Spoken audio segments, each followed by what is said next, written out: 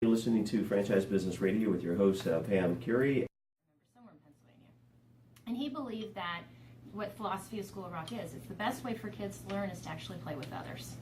And he started School of Rock back in 1998. The program just grew. I don't exactly know how the current investors found it, but it became School of Rock in 2006. And so now in 2016, goodness gracious, how time has flown. Oh, yes. There's over 170 schools in 9 countries. Wow, that is incredible. That's some significant growth. Get down this path of considering becoming a franchisee. Well, my husband and I have for years, and there's actually some funny aspects to it, been considering opening a business.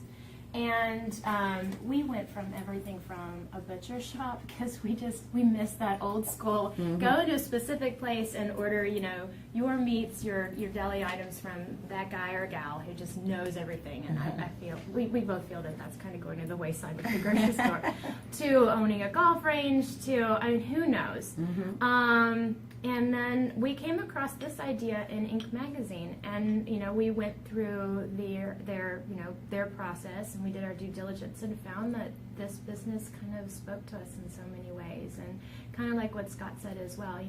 It just seemed to fit.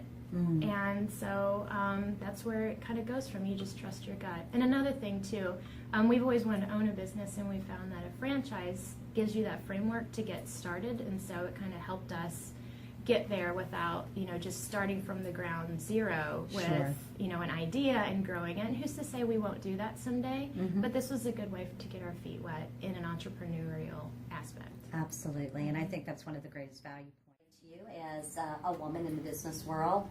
Talk to me a little bit about that. In one respect, I mean, we could sit here and Scott wouldn't be able to talk at all today.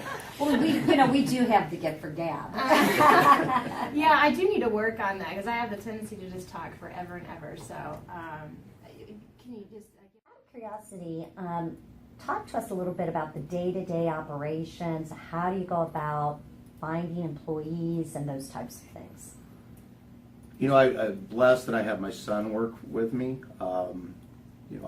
I have 4 sons, so I already had a workforce in place. Yes, you did. Although, my oldest, he's in Colorado. He's in the military, and got one in college and one in high school. So, Nick was working a retail type job and was kind of suffering from burnout in that, and so having him come along has really been a godsend.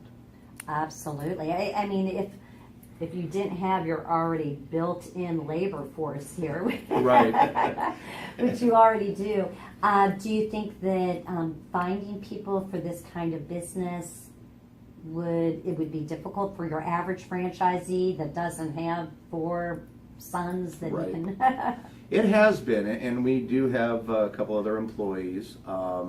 It has been a bit of a challenge in trying to find somebody that, most people's reaction is you can make a living making screens.